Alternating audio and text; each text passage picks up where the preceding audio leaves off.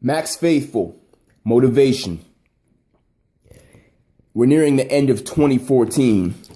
It's November 3rd right now, to be exact, and it may not be November 3rd when I upload this video, but this means that we're just short of 2 months away from the year in which we thought that we would be riding around on hoverboards, having run-ins with Griff Tannen at the City Hall. Now, if you were born in the mid-90s or later, that might date me a little bit, but I'm referring to the movie Back to the Future, cult classic. What's the relevance of what I'm saying? The relevance of what I'm saying is that we are in that future that we observed and thought was going to be taking place that way back then when that movie came out. Those of us who remember. We're months away from 2015. What does that mean? Again, it means we're in the future and things are very fast paced, and as a result of that, there's so many different ways of doing things. Bottom line, there's no right or wrong way to do creative things. There are no rules.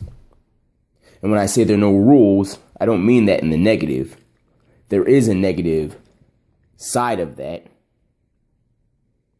I'll touch on the negative side of it in another video. But we'll focus on the positive right now. Look at the internet. Look at social media. Look at YouTube. Look at people who put themselves out there for exposure on the internet.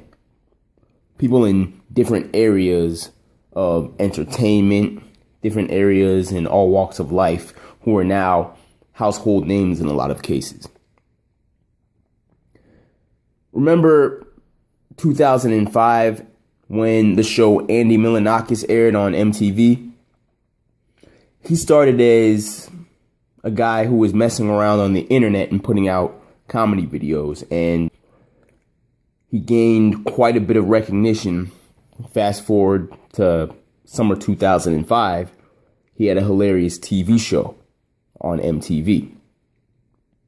And I'm going to be all over the board and kind of scattered here when I use these examples, so bear with me. Look at the following year, Soulja Boy. Soulja Boy did the Superman dance or the Superman song on YouTube, put it out, gained recognition from that, and look at his career. He's credited as one of the rappers, if not one of the first rappers, to market himself super heavily on the internet. Now, people have their opinions of Soulja Boy's lyricism and his style of rhyming and argue whether it's hip hop or not.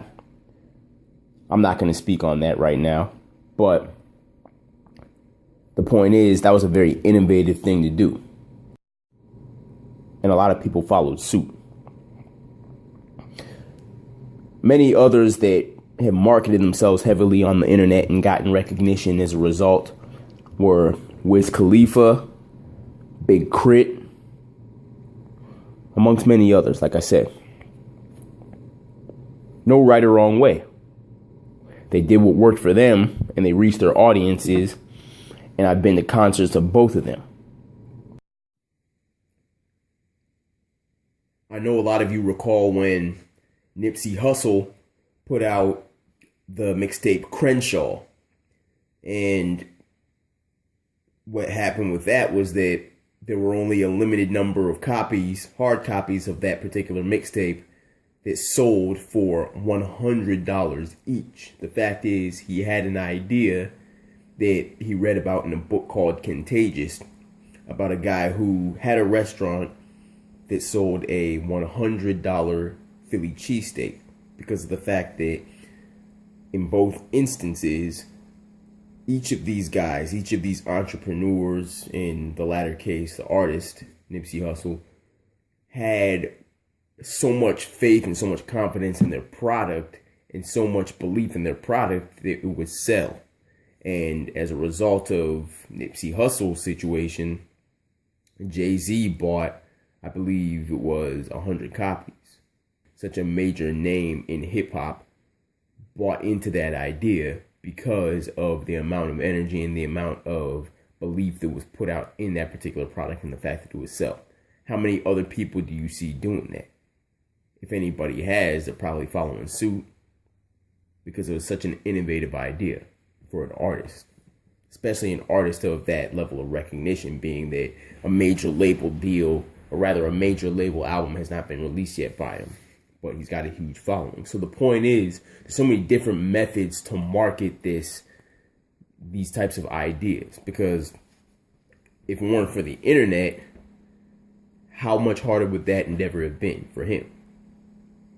You see, with the technology that we have, the access, the instantaneous nature of everything that we're able to do, we really need to take advantage. I mean, there really are minimal excuses for us not to succeed.